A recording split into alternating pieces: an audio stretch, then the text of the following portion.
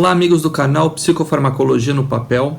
A gente vai falar hoje sobre as monoaminas, os neurotransmissores e algumas das possíveis etiologias dos transtornos de humor.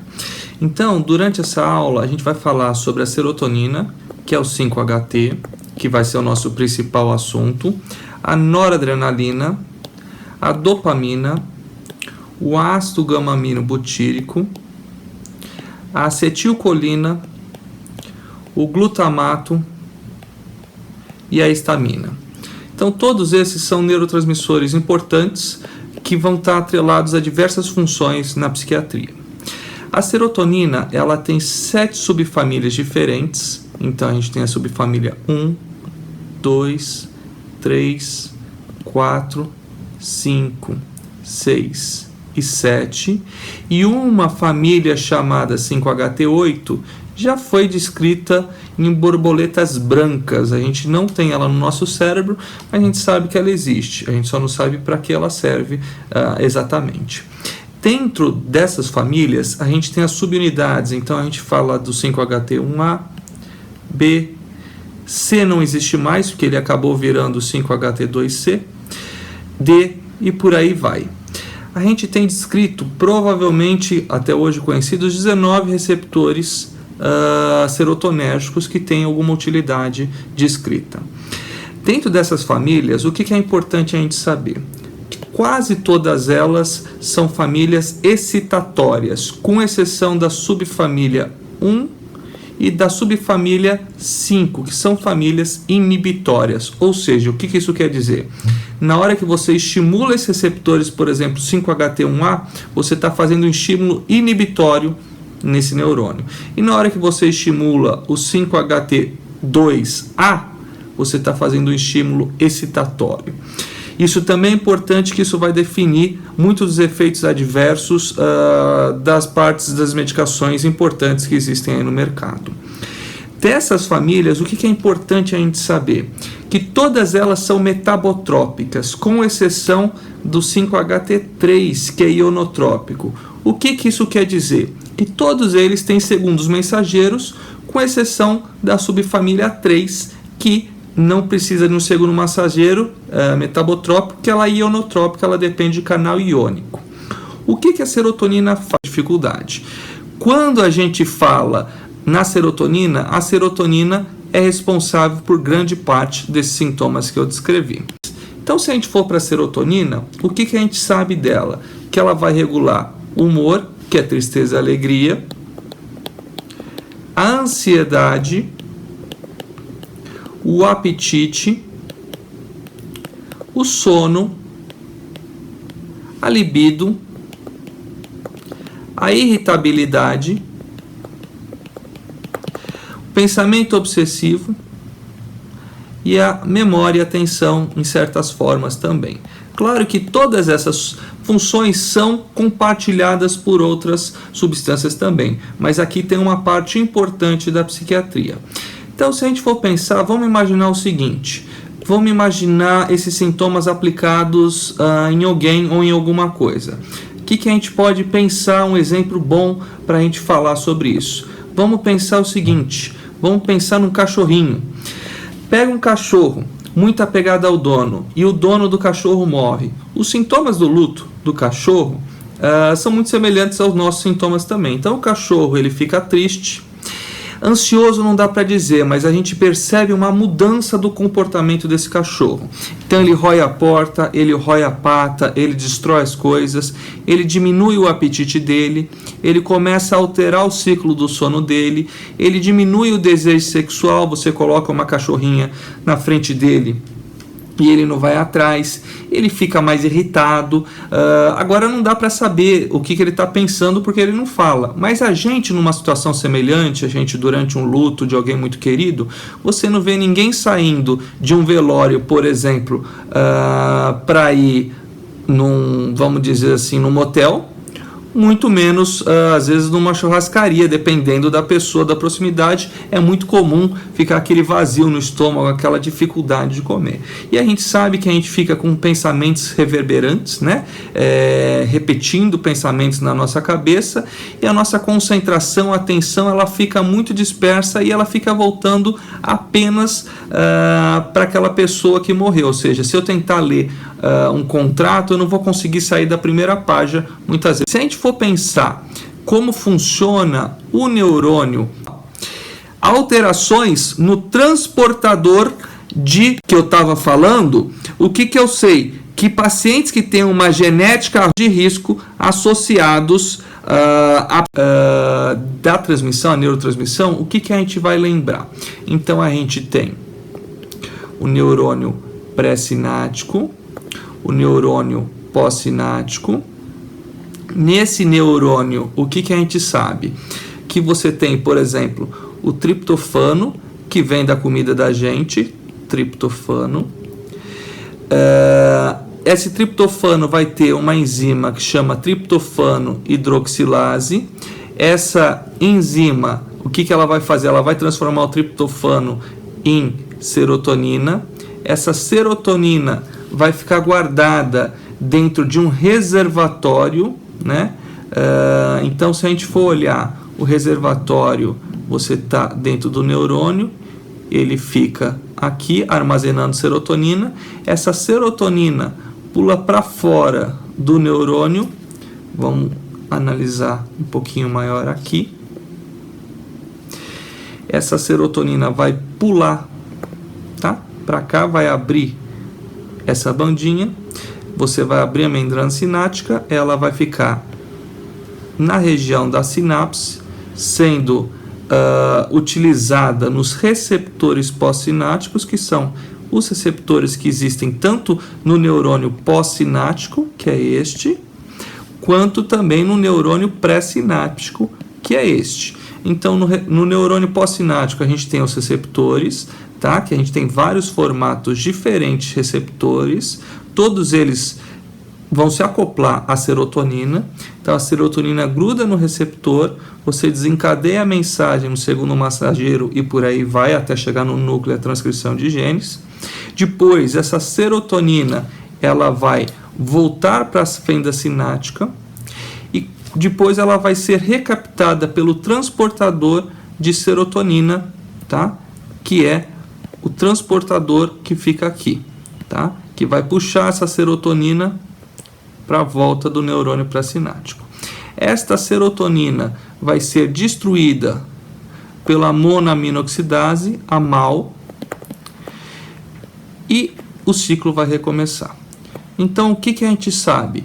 Que você tem a serotonina que nasce do triptofano, ela pula para fora do neurônio, gruda no receptor pós-sináptico, é recaptada, é destruída, é reciclada e nasce de novo, e esse ciclo fica indefinido. Ou seja, isto é muito comum dentro, desde que a gente nasce até o momento da nossa morte. Tendo isso em vista, o que a gente sabe? Que depende de onde este receptor, né, qual receptor for ativado. Vamos imaginar que a gente está falando do receptor 5-HT2A. A gente sabe que o receptor 5-HT2A é um receptor excitatório que pode aumentar a ansiedade, é um receptor que pode diminuir o sono. E isso são sintomas clássicos da hiperestimulação do receptor 5-HT2A. Ou seja, drogas que sejam antagonistas de 5-HT2A tendem muitas vezes a amenizar esses sintomas que são comuns no início de um tratamento psiquiátrico, por exemplo, com inibidor seletivo, que vai estimular a serotonina em todos esses receptores. Então, se a gente for imaginar, tá? Vamos imaginar um inibidor seletivo, tá? Que é uma medicação muito utilizada. Esse inibidor seletivo, quando você usa ele, ele vai pegar essa portinha da recaptação de serotonina e ele vai fechar. Então, Quantos por cento um inibidor seletivo de recaptação de serotonina fecha dessa porta? Ele chega a fechar muitas vezes mais de 90% das portas para ter uma eficácia clínica importante. Então, quando a gente tem outros mecanismos associados ao inibidor seletivo, muitas vezes eu não preciso de uma taxa tão grande de bloqueio da recaptação de serotonina. Se a gente for lembrar de onde veio a teoria das monaminas, o que a gente vai lembrar?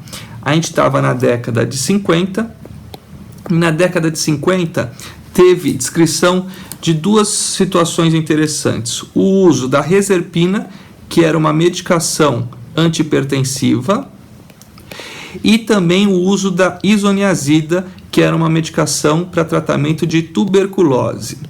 O que aconteceu? As pessoas que usaram reserpina começaram a ter sintomas depressivos muito importantes e tiveram relatos de suicídio associado ao uso da reserpina. E no tratamento da isoniazida, que era um tuberculostático, o que você percebia? Que pacientes que estavam com tuberculose e deprimidos também começavam a ter uma melhora clínica importante do quadro de depressão. Não se sabia muito bem o porquê, mas sabia que estava associado temporalmente ao uso deste antibiótico. O que se descobriu depois? Que essas medicações, elas eram medicações que eram inibidores da MAO. Ou seja, se descobriu nessa época que essas medicações tinham um poder antidepressivo por estar bloqueando a MAO.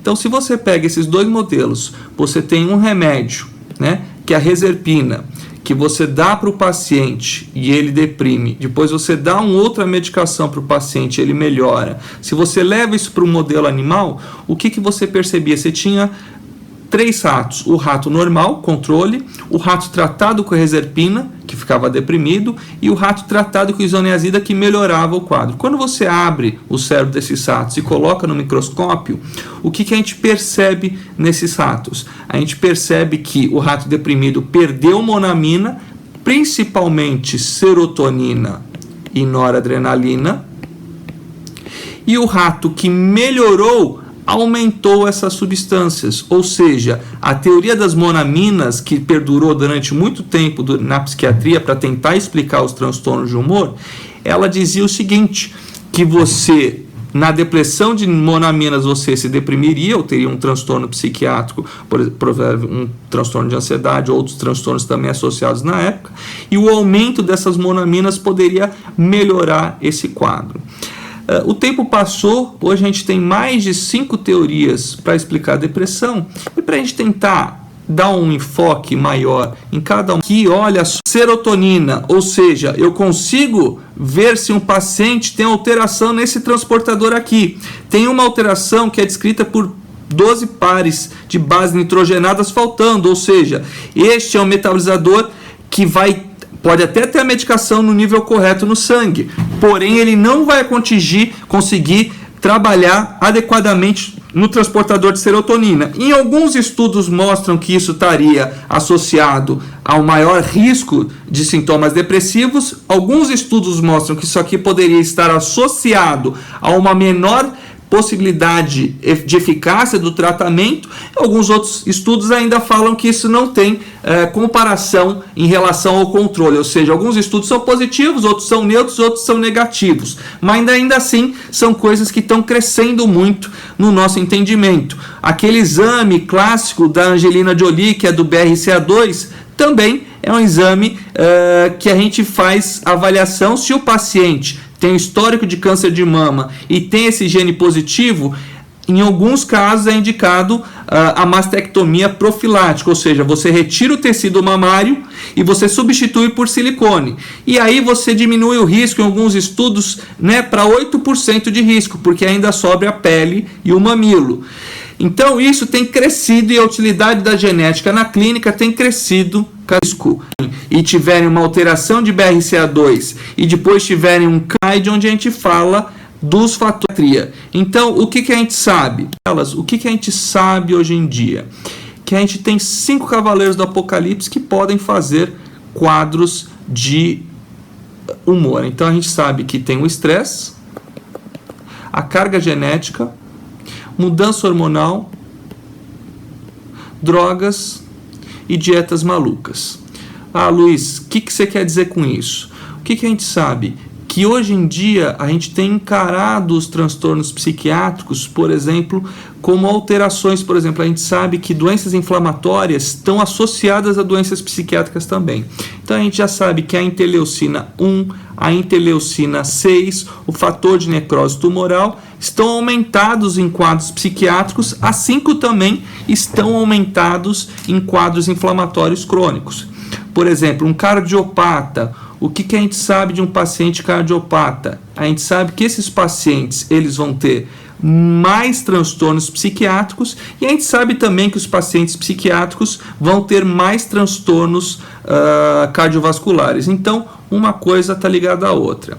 Será que é o paciente cardiopata que se cuida menos, se alimenta pior, não consegue fazer exercício físico e isso determina um quadro psiquiátrico, ou a própria doença está ligada à etiologia, a uma fisiopatologia das mesmas doenças? Então, provavelmente é isso que se acredita, que elas estejam correlacionadas e elas possam ser explicadas dessa forma. E aí você fala, Luiz, e os anti-inflamatórios, eles funcionam para tratamento de depressão? A evidência ainda é muito pequena.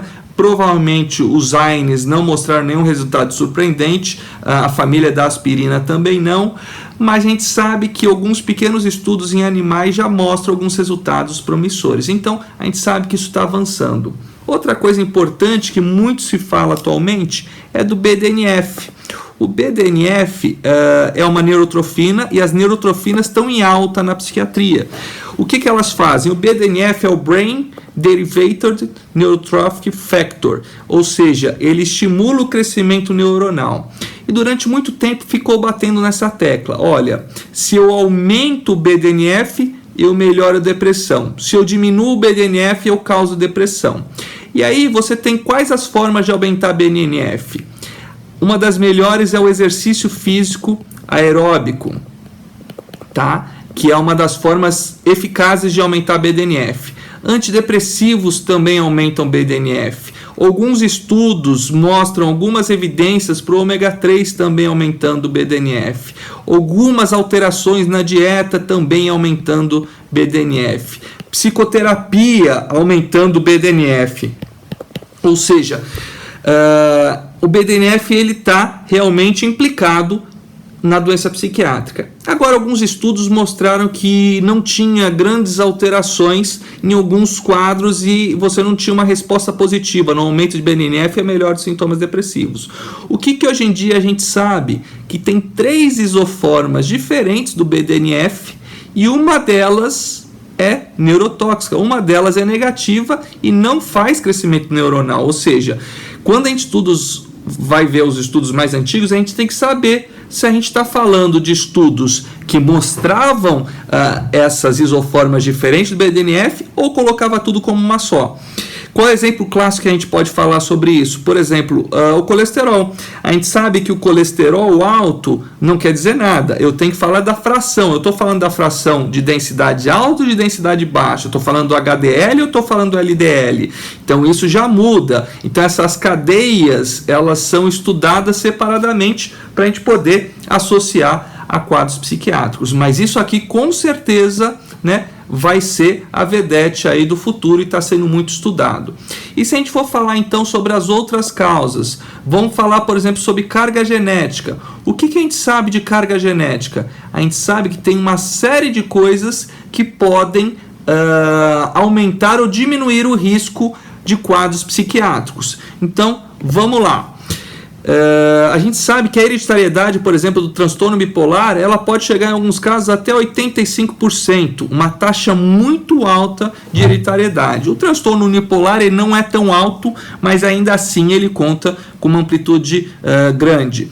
Na esquizofrenia, depende do estudo, o que a gente sabe? Que em média na população, na esquizofrenia, a gente tem que 0,7% da população tem esquizofrenia, 0,6, 0,7. Se você tem um pai com esquizofrenia, a sua chance média aumenta para 8% de ter esquizofrenia, o filho. Ou seja, 92 não vão ter e 8 vão ter. Ou seja, ainda não é uma taxa alta, só que a gente repara que já aumentou mais de 10 vezes de uma taxa para outra. E se você tiver uma mãe e um pai com esquizofrenia, o que a gente sabe? Que aí você está aumentando uma taxa, dependendo do estudo também, para cerca de 30%. Ou seja, aumenta bastante, mas ainda assim não é a maioria. E se você tiver um irmão gêmeo monozigótico, ou seja, cara de um, focinho do outro, com o mesmo código, a gente sabe que essa taxa vai para 50%. Ou seja, tem um perfil genético muito importante, mas ainda assim a gente não pode dizer que é só isso, ou seja, tem fatores ambientais, tem fatores perinatais, tem uso de substâncias associados, alterações genéticas, e tudo isso pode influenciar também nessas respostas. O que a gente sabe também que você pode ter de alterado? Hoje em dia tem crescido muito o estudo da farmacogenética. O que é a farmacogenética? É o estudo de alterações enzimáticas, por exemplo, do citocromo CYP450, que é uma das principais formas de você trabalhar o metabolismo de medicações. E estes estudos, o que eles têm mostrado para a gente? Eles têm mostrado o seguinte, que pessoas, vamos falar um pouquinho, por exemplo, das mais famosas. A gente tem a família 2D6, a 2C9, a 2C19, a 1A2 e a 3A4. Existem muito mais famílias, mas essas aqui já dão conta da metabolização de diversas medicações. Quando a gente fala, por exemplo, de 2D6, a gente sabe que uma pessoa, em média, tem 2 alelos para metabolização das medicações de 2D6. Então, vamos falar um exemplo aqui da paroxetina. A paroxetina, que é o inibidor seletivo, o mais potente em termos de inibição da recaptação de serotonina, não é o mais seletivo, que é o escitalopram, mas a paroxetina é um dos mais potentes. Ela é metabolizada só por 2D6, ou seja, você não tem essas outras enzimas atuando no tratamento desses pacientes. Então, o que eu sei? Que se essa pessoa tiver uma alteração no 2D6, vamos imaginar, em vez de 2 alelos, em vez de um aqui e um aqui, ela só tem um. Ou seja, esta pessoa ela vai ser um metabolizador intermediário. O que quer dizer isso? Ela vai ser meio lenta. Tá? Ou seja, você vai dar paroxetina para ela e o nível sérico da paroxetina vai subir progressivamente até um nível que vai dar mais efeito adverso, mais efeitos sexuais provavelmente, mais dor de cabeça, mais enjoo, mais náusea no começo do tratamento. Só que você vai ter uma resposta ao nível menor da medicação, ou seja, eu uso uma dose muitas vezes menor do que o nível terapêutico normal e ainda assim eu atinjo um resultado satisfatório na clínica daquele paciente. Agora vamos imaginar uma outra situação, que a pessoa não vem com nenhum alelo, ou seja, ele é um metabolizador pobre, ou seja, não veio nada de 2D6.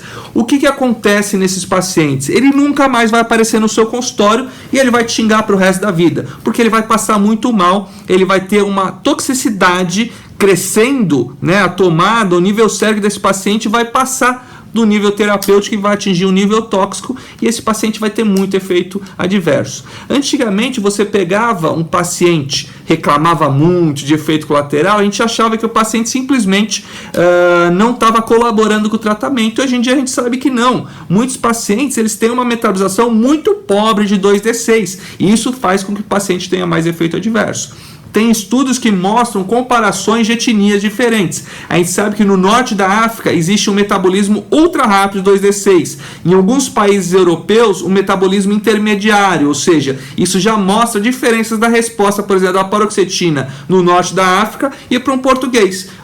Vai ter uma resposta diferente, eu tenho que manejar isso adequadamente para saber com quem que eu estou lidando, se é a população oriental, se é a população de um lado, se é a população de outro, e hoje em dia eu consigo dosar, por exemplo, no exame de genotipagem, esse tipo de alteração, que é uma coisa extremamente útil, que tem crescido bastante dentro da psiquiatria. O único fator complicador ainda é o preço, porque é um exame recente, um exame com custo elevado, mas que tem crescido o uso em vários países e alguns, inclusive os convênios já cobrem. Não é o caso do Brasil, não é ainda preconizado para a LNS como exame obrigatório.